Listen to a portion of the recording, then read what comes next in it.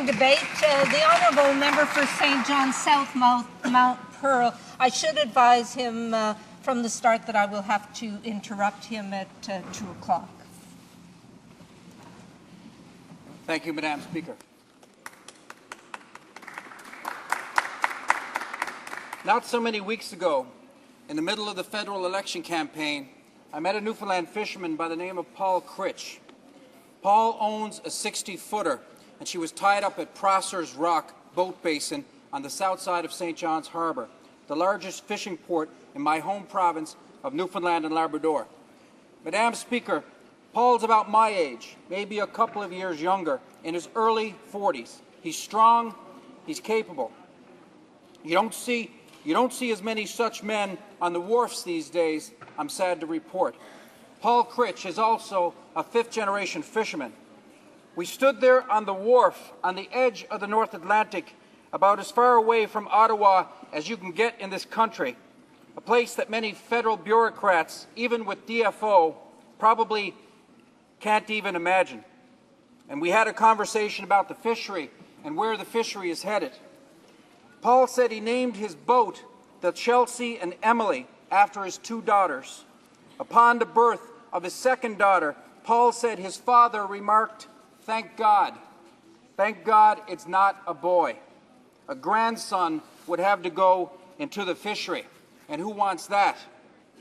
This is what Newfoundland and Labrador has come to in terms of our once great fisheries, the greatest fisheries in the world on the Grand Banks of Newfoundland, the fisheries that we presented to Canada in 1949.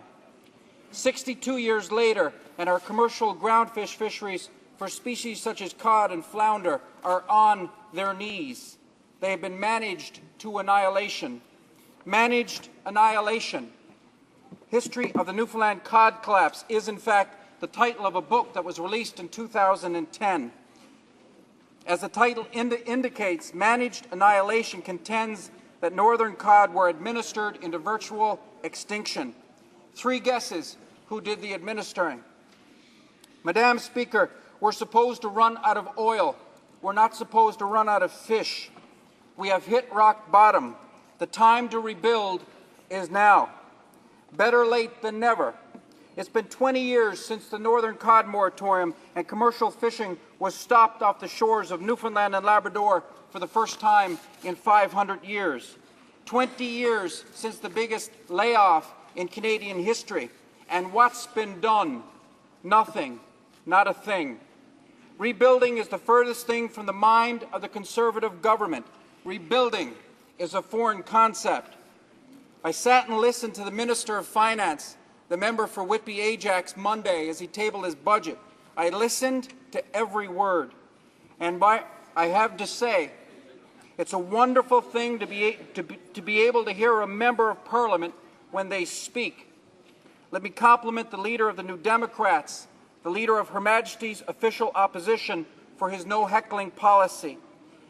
Before this life, I worked as a journalist for almost 20 years. I have sat in the gallery of my home legislature and watched as politicians behaved like insolent children. It's not a pretty sight, and it can be an embarrassing sight. As I read this morning in the Ottawa Citizen, quote, we need passionate, even biting debate in Parliament. What we don't need are childish insults and grandstanding. Well done, I say to the Leader of the Opposition and member for Toronto, Danforth. Very well done. I listened to the Minister of Finance when he spoke so proudly of the budget, but I saw more of the same for my province. We have hit rock bottom, but the Conservative government sees fit to pound us further into the ground. That will be enough of that, sir. Under program review, the Conservative government has seen fit to further cut the budget of Fisheries and Oceans Canada by almost $85 million. That's $9.1 million gone this fiscal year. That's $18.9 million gone in 2012-2013, and a further $56.8 million gone in 2013-2014. That's $84.8 million less for the Federal Department of Fisheries and Oceans to continue doing what little work they're doing today. On top of that, According to federal budget estimates, DFO's overall budget is almost $145 million less this fiscal year than last fiscal year, $145 million less. Plus, as I've outlined, $87 million in savings targeted by the Conservative government in cuts to DFO. To make matters worse, and yes, Madam Speaker, they can still get worse. The Minister of Finance spoke in this chamber Monday about finding a further $4 billion in savings. Where's that $4 billion going to come from? From fisheries? As they say where I come from, Madam Speaker, you can't get blood from a turnip. The people of Newfoundland and Labrador, the fishermen of Newfoundland and Labrador, have nothing left to give. What I so dearly would have loved for the Minister of Finance to announce Monday was an inquiry into the fall of the Newfoundland and Labrador fisheries. The fisheries fell almost 20 years ago, and they have yet to rise. The question is why? The call for an inquiry is supported by my party, the New Democrats. Where does the Conservative government stand on an inquiry into the Newfoundland and Labrador fisheries?